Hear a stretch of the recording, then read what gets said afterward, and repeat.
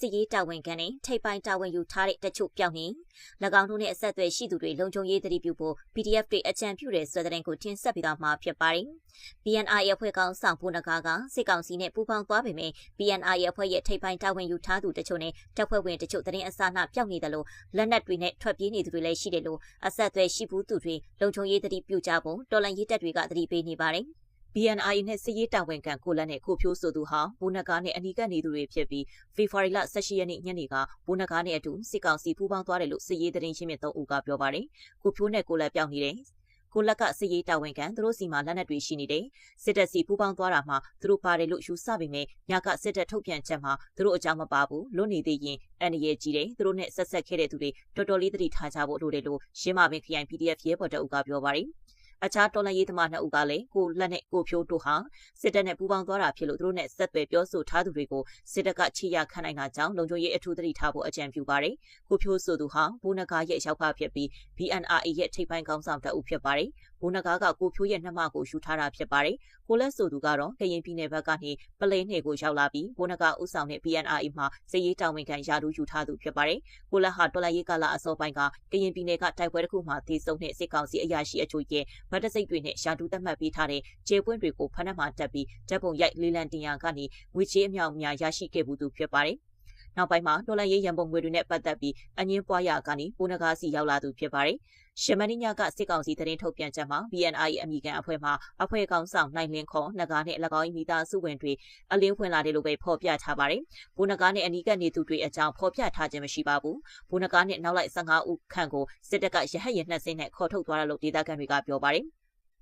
BNI တပ်ဖွဲ့ဝင်အချို့ဟာလက်နက်အပ်ပြီး PDF ထံပူးပေါင်းလာသူတွေလည်းရှိပါတယ်။ BNI တပ်ရင်းမှုဘိုးမျက်လုံးတကူတော်သူပရာစာနဲ့တောင်းမြို့တို့ကိုလည်း PDF တွေကထိမ့်သိမ်းထားပါတယ်။စုစုပေါင်းအင်အား150ခန့်လက်နက်ချတာအလင်းဝင်တာရှိတယ်လို့အမျိုးသားညီညွတ်ရေးအစိုးရပြည်ထရေးနဲ့လူဝင်မှုကြီးကြပ်ရေးဝန်ကြီးဌာနကသတင်းထုတ်ပြန်ထားပါတယ်။ထွက်ပြေးနေသူတွေကိုဖမ်းဆီးထိန်းသိမ်းနိုင်ရေးဆောင်ရွက်နေတယ်လို့ရှင်းမပင်ခရိုင်က PDF သတင်းရင်းမြစ်ကပြောပါတယ်။ဒီနေ့မနက်စောပိုင်းတနအီခန့်မှာ BNI တပ်ဖွဲ့ဝင်6ဦးဟာစာလင်ကြီးမြို့နယ်တဲကိုလက်နက်တွေနဲ့ထွက်ပြေးလာလို့ PDF တွေကလိုက်လံရှာဖွေနေပါတယ်။ထွက်ပြေးနေတဲ့သူတွေလာရောက်ပူပေါင်းပြီးလက်နက်ချဖို့နဲ့လက်ခံထားတဲ့သူတွေကိုအရေးယူမယ်လို့ NUG အစိုးရအနေနဲ့တရားဝင်ကြီးညာချက်ထုတ်ပြန်ဖို့ဒေသခံတွေကတောင်းဆိုနေပါတယ်။ဆက်လက်ပြီးမြင်းချံခရိုင်အတွင်းရွာစင်ဖက်စစ်ကြောင်းထိုးကနေအိမ်များမီးရှို့ဖျက်ဆီးနေတဲ့အကြမ်းဖက်စစ်တပ်စစ်ကြောင်းကိုတိုက်ခိုက်တဲ့ဆိုတဲ့သတင်းကိုတင်ဆက်ပေးသွားမှာဖြစ်ပါတယ်။မန္တလေးတိုင်းမြင်းချံခရိုင်တွင်ရွာစင်ဖက်စစ်ကြောင်းထိုးပြီးနေအိမ်တွင်မီးရှို့ဖျက်ဆီးနေတဲ့အကြမ်းဖက်စစ်တပ်စစ်ကြောင်းကိုတိုက်ခိုက်ခဲ့တယ်လို့ကျောက်ဆယ် Revolution Army KIA ကဖေဖော်ဝါရီ18ရက်ဒီနေ့ညပိုင်းကထုတ်ပြန်ပါတယ်။ဖေဖော်ဝါရီ12ရက်နေ့မှာအကြမ်းဖက်စစ်အုပ်စုစစ်ကြောင်းနဲ့တော်လှန်ရေးမဟာမိတ်တပ်ဖွဲ့တွေ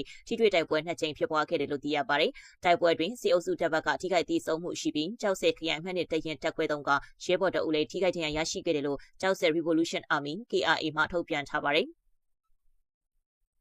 ဆက်လက်ပြီးနိုင်ရကန်အနီးတိုက်ပွဲပြန်ဖြစ်နေပြီးစစ်ကော်မရှင်ကစစ်ကူနှင့်ခရမ်းများပို့ဆောင်ကလက်နက်ကြီးဖြင့်ပစ်ကူနေတဲ့ဆိုတဲ့သတင်းကိုတင်ဆက်ပေးသွားမှာဖြစ်ပါတယ်။မကွေးတိုင်းငဖဲမြို့နယ်ဗဒန်တက်နယ်တွင်စစ်ကော်မရှင်နှင့် AA ပူးပေါင်းတပ်တို့တိုက်ပွဲဖြစ်ပွားနေပြီးစစ်ကော်မရှင်၏အမြောက်တပ်များမှပစ်ကူပေးနေကြောင်းသိရပါတယ်။စုံကုန်းအခြေစိုက်အမြောက်စစ်စင်ရေးခိုကဲမှုဌာနချုပ်မဆခ905နဲ့အမြောက်တပ်အမတ409မှာနိုင်ရကန်ဘက်သို့လက်နက်ကြီးများဖြင့်ပစ်ကူပေးနေကြောင်းသတင်းရင်းမြစ်ထံမှသိရပါတယ်။နိုင်ရကန်ကဘာလုံးစက္ကန့်ပတ်တိုက်ပွဲပြန်ရှိနေပုံရတယ်။အမြောက်တပ်ကဇက်တိုက်ဖြစ်နေတယ်ပြီးတော့ချုံတွေလေတက်တယ်ဟုသတင်းရင်းမြစ်ကသတင်းဌာနကိုပြောပါတယ်။ဗဒံပတ်မှာစစ်ကော်မရှင်၏အင်အားအပြည့်ပါကား3စီးမဆခ905အတွင်းဝင်ရောက်လာပြီးယမန်နေ့ဖေဖော်ဝါရီ18ရက်နေ့လယ်ပိုင်းတွင်စင်ပြုံးရွာမှတက်စဉ်ရိုးဘော်ကိုဆက်လက်တက်သွားကြောင်းသိရပါတယ်။စစ်ကော်မရှင်ကအရက်3ရင်3တွင်ခေရန်များတင်ဆောင်လာသည့်ကားတစ်စီးမှလည်းစာတက်တူမှလန်ဟောင်းအတိုင်းနေရီကန်ကိုပို့ဆောင်နေခြင်းဖြစ်ပါတယ်။တိုက်ပွဲမဖြစ်ပွားမီဖေဖော်ဝါရီဒုတိယပတ်အတွင်းကမဆခ905မှာဒရုန်းများဖြင့်လန်တဲ့လန်ဟောင်း2လမ်းလုံးကိုကင်းထောက်မှုများရှိခဲ့ပြီးစစ်ကူများကိုအမြောက်တပ်အတွင်းစုစည်းနေကြောင်းသိရပါတယ်။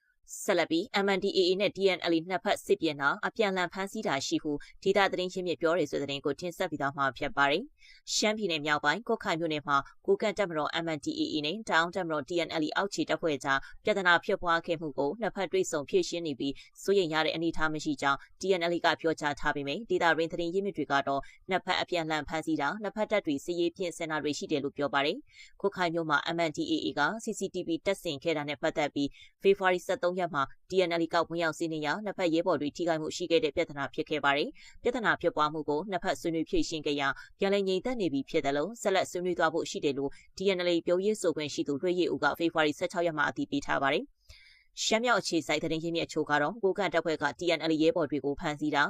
စစ်အင်အားတွေဖြည့်တင်းတာတွေရှိသလို TNL ကလည်းကိုက်ခိုင်မှာအင်အားအများပြချထားတယ်လို့ပြောပါတယ်။ TNL ကကိုက်ခိုင်မှာရုံးထိုင်နေတဲ့ MNDAA ရဲ့ဌာနဆိုင်ရာအကုန်လုံးကိုသူတို့ကရွှေ့ခိုင်းနေပြီးတော့အဲ့ဒီထဲကအရာရှိတွေကိုဖမ်းသွားတယ်။ဟိုနေ့ကပဲ MNDAA ကလာရှိုးနဲ့တိမ်နီကြားတဲ့ကရှမ်းရွာမှာအထိုင်ချထားတဲ့ TNL ရဲ့စစ်သားအယောက်50ကို MNDAA ကပြန်ဖမ်းဆီးသွားတယ်။တယောက်နဲ့တယောက်အဲ့ဒီလိုဖြစ်နေတယ်။အခုကတော့အရင်တုန်းကထက်ပိုပြီးမှစစ်ရေးပြင်ဆင်တဲ့ပုံစံနဲ့လုပ်နေတာနှစ်ဖွဲ့စလုံး TNL ကလည်းကိုခိုင်မှာစစ်အင်အားအများကြီးချထားတယ် MNDAA ဘက်ကလည်းအရင်ကသူတို့နေရာတွေပြန်ပြီးမှအထိုင်ချလို့ရအောင်လူစုဆောင်နေတယ်။အဲ့ဒီလိုသတင်းတွေထွက်နေတယ်။ဒီတရုတ်နှစ်တစ်ကူပြီးရင်တခုခုတော့လှုပ်လောက်တယ်ထင်တယ်လို့ရှမ်းမြောက်သတင်းရင်းမြစ်တအူကပြောပါတယ်။အခြားသတင်းရင်းမြစ်တအူကလည်းအပြန်လန်ဖမ်းဆီးမှုရှိနေကြတယ်လို့ဒေသခံတွေသတင်းပေးပို့ထားတာရှိပါတယ်လို့ပြောကြပြီးအရေးအတွက်နဲ့ဖြစ်စဉ်အသေးစိတ်တော့မသိထားဘူးလို့ပြောပါတယ်။ဖေဖော်ဝါရီ18ရက်ကလည်းလောက်ကိုင်ဒေသဘက်မှာစစ်ကောင်စီကအစီ30နီးပါးကိုခိုင်ဘက်ကိုဦးတည်လာနေကြောင်းဒေသခံတွေစီကသိရတယ်လို့ပြောပါတယ်။အဲ့ဒီအခြေအနေတွေကို TNL ပြောရေးဆိုခွင့်ရှိသူလွှဲရည်ဦးနဲ့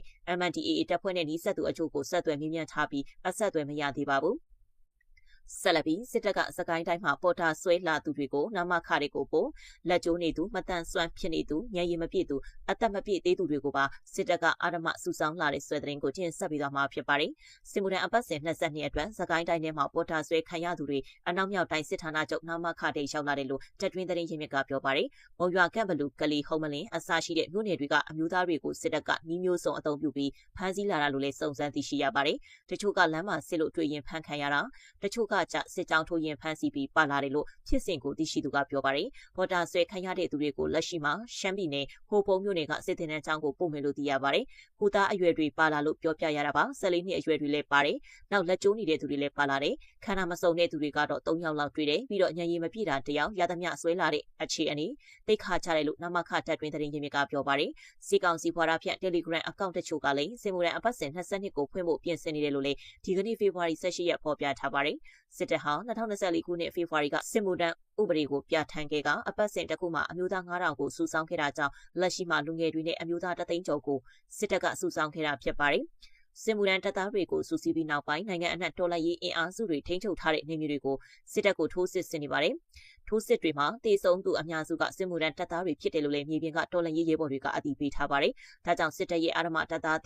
အဖြစ်မစုဆောင်းခံရဖို့နဲ့စုဆောင်းခံရပြီးရင်လည်းအသက်အသေးမခံပဲထွက်ပြေးကြဖို့တော်လှန်ရေးအင်အားစုတွေကတိုက်တွန်းထားပါတယ်။လက်ရှိမှာလည်းအာရမစစ်သားတစ်စုဆောင်းခံရတဲ့လူငယ်တွေဟာရှေ့တန်းပို့ခံရချိန်မှာထွက်ပြေးတာတော်လှန်ရေးတပ်တွေထံအလစ်ပွင့်တာတေဆုံးဒဏ်ရာရတာစတာတွေလည်းအများပြားရှိနေပါတယ်။အခုလက်ရှိတင်နန်းစင်စစ်မှုထမ်းတပ်သားတဲ့အများစုကိုတပ်မ33နဲ့တပ်မ69စီကိုပို့နေတယ်လို့တပ်တွင်းသတင်းရင်းမြစ်တွေကသတင်းဌာနကိုပြောပါတယ်။စကိုင်းမကွေးတိုင်းနဲ့ရခိုင်ပြည်နယ်ကိုမကြာမီထိုးစစ်အရှိန်မြင့်ဖို့ပြင်ဆင်နေတာလို့လည်းသိရပါတယ်။ကျမတဲ့တင်ဆက်မှုကိုဒီမှာပဲရနာခွင့်ပြုပါရှင်အားလုံးပဲရှင်လန်းချမ်းမြေ့ကြပါစေရှင်